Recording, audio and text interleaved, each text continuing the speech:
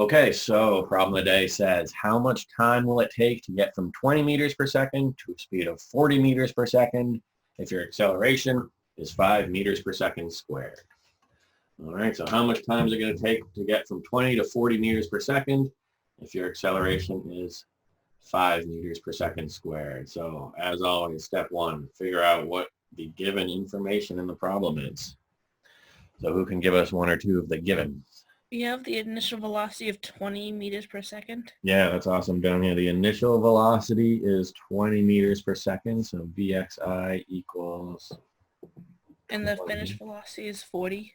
Perfect, yeah, and the final velocity is 40, right? We end at 40 meters per second. Great.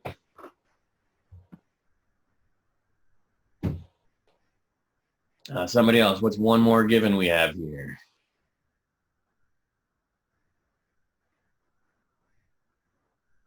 We got the acceleration that is 5 meters per second squared.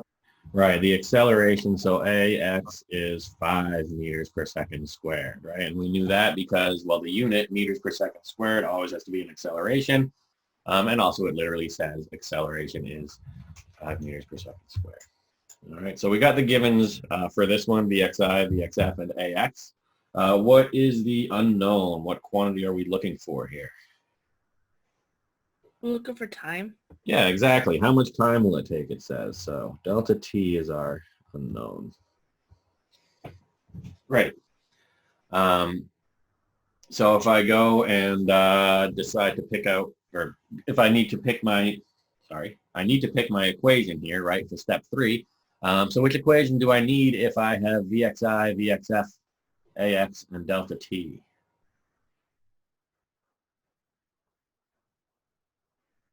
The second one.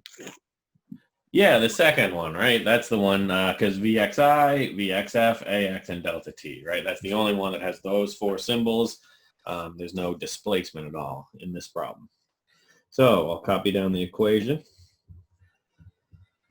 Final velocity equals initial velocity plus acceleration times time.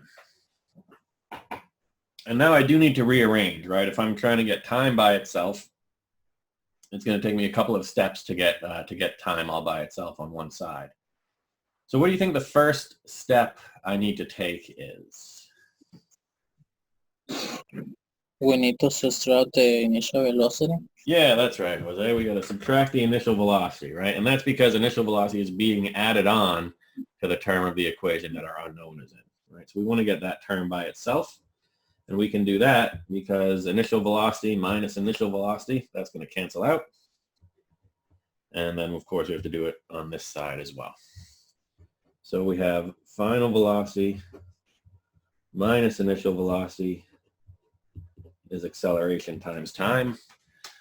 So then one more easy step, if we want time by itself, what's the only other thing we need to do here?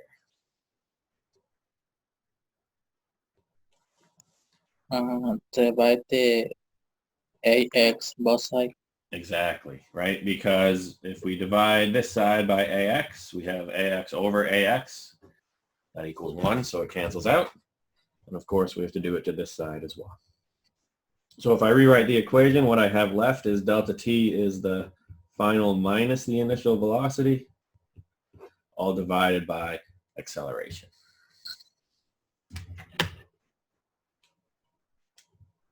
Okay, questions or anything so far? Next thing we need to do is just to plug in our numbers. So our final velocity was 40. Our initial was 20 over our acceleration 5 meters per second squared. And 40 minus 20 is 20, and 20 divided by 5 is 4. So I don't really need the calculator today, but just to confirm, 40 minus 20 divided by 5, that is 4.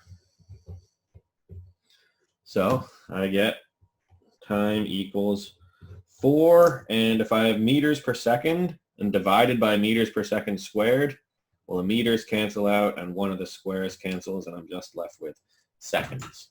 And seconds sounds good because I'm looking for an amount of time.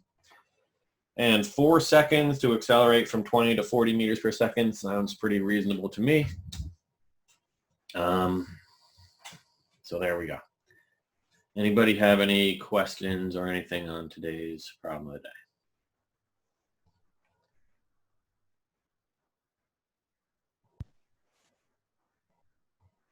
Okay, if not,